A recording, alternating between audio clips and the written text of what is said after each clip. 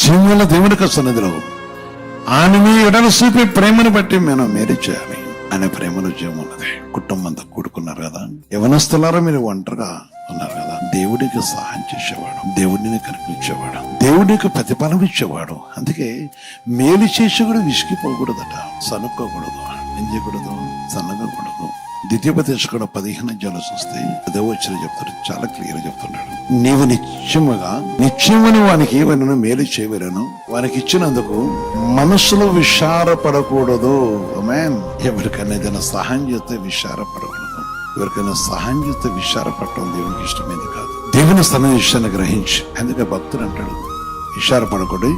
ఇందువలన నీ దేవుడిని యెహోవా, ఇందువలన నీ దేవుడిని యెహోవా నీ కార్యములన్నిటిలోను నీవు చేయు ప్రయత్నం అన్నింటిలోను నిన్ను ఆశీర్వదించను. నీవు చెయ్యి ప్రయత్నంలో నిన్ను ఆశీర్వదించను.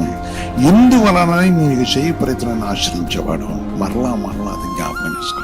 ఆశీర్వద దొరుకుతుంది, ఆశ్రయం దొరుకుతుంది. ఆయన సహాయం చేసే దేవుడు. నేను ఆ మేలు పొందినవాడిని.